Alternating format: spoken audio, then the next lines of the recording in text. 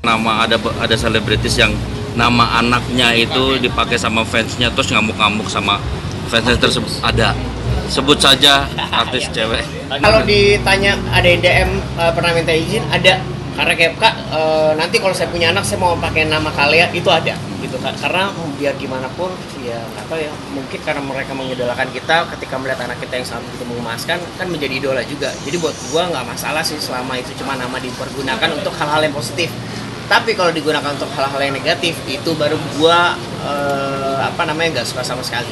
Banyak kan hal-hal kayak berapa ya, setahun yang lalu tiba-tiba foto anak kita dipakai untuk jual beli anak. Waktu itu tuh pernah Kak Ruben kalau nggak salah pernah kena hal-hal seperti itu. Jadi kayak buat gua beberapa kali gua nggak pernah selama itu positif gua membiarkan aja sih. Kalau gua sih nggak masalah gitu.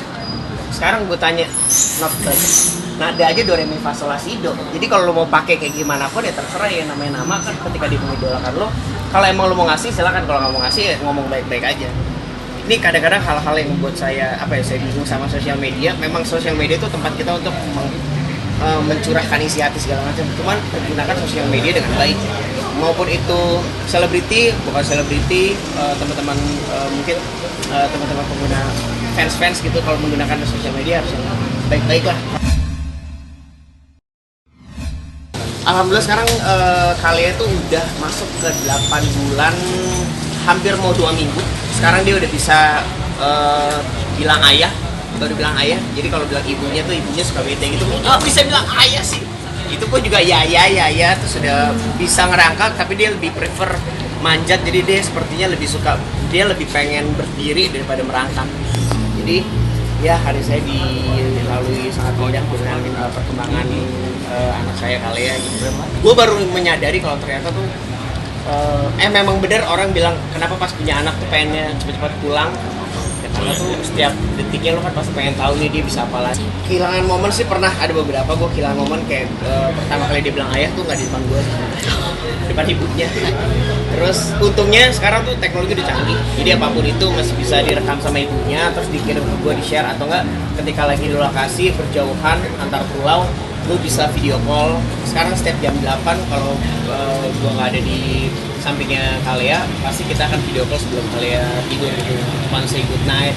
Karena menurut gue kayak perkembangan hal-hal seperti itu tuh penting banget buat anak. Karena masa kecil gue juga hilang karena hal-hal seperti itu. Jadi gue nggak mau masa kecil gue tuh sama kayak anak gue. Alhamdulillah untuk anak perempuan manja banget ya, manja banget. Cuman ya gitu, kalau ditanya lebih manja ke ayahnya apa ke ibunya, lebih ke ibunya. Cuman ya senang aja ketika dia ngeliat. Sekarang tuh udah bisa kalau ngeliat cowok tuh langsung genit. Itu yang saya takutkan. Ya kan ketika udah ngeliat kayak kemarin baby showernya Nabila, terus ngeliat Ayub adiknya Nabila tuh udah kayak gue harus kayak ini apa ini nih, hal-hal seperti itu sih. Cuman ya lucu aja sih kalau gitu. Anak Katara kan tebel banget nih, Iya. Itu nurun ke Chelsea. Alhamdulillah nurun dari ibunya.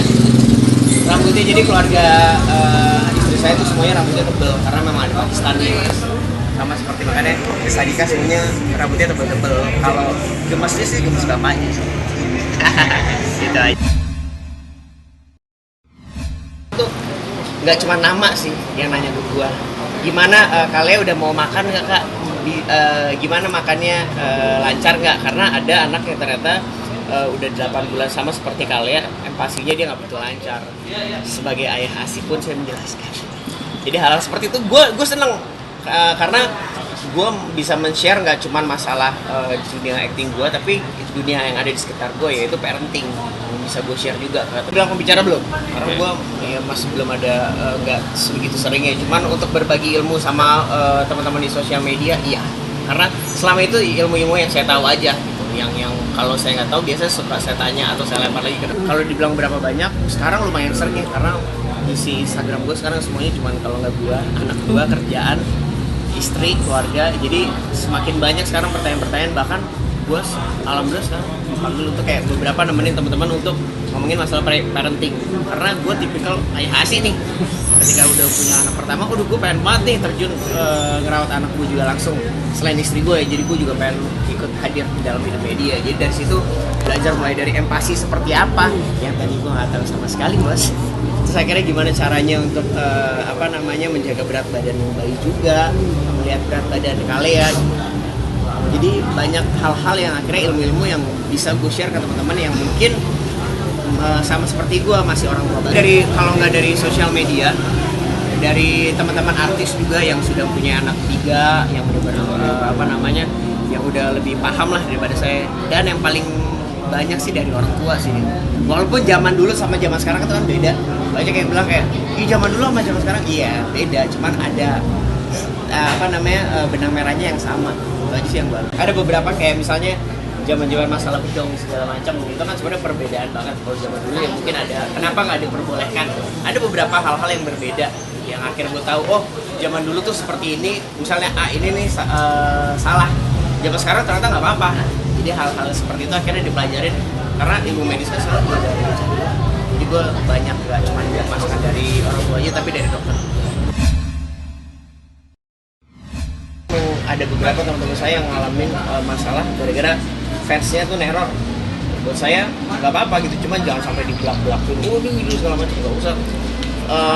Mendingan kita langsung menuju ke orangnya aja. Kalau emang nggak suka nggak usah dibelak-belakin.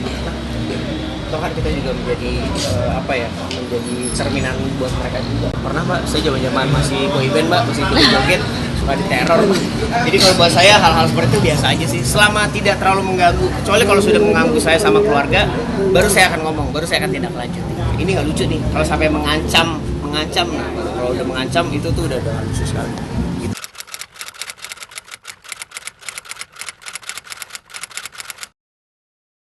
Jadi jangan lupa untuk subscribe Cumi Cumi. Ditekan ya tombol lonceng merahnya.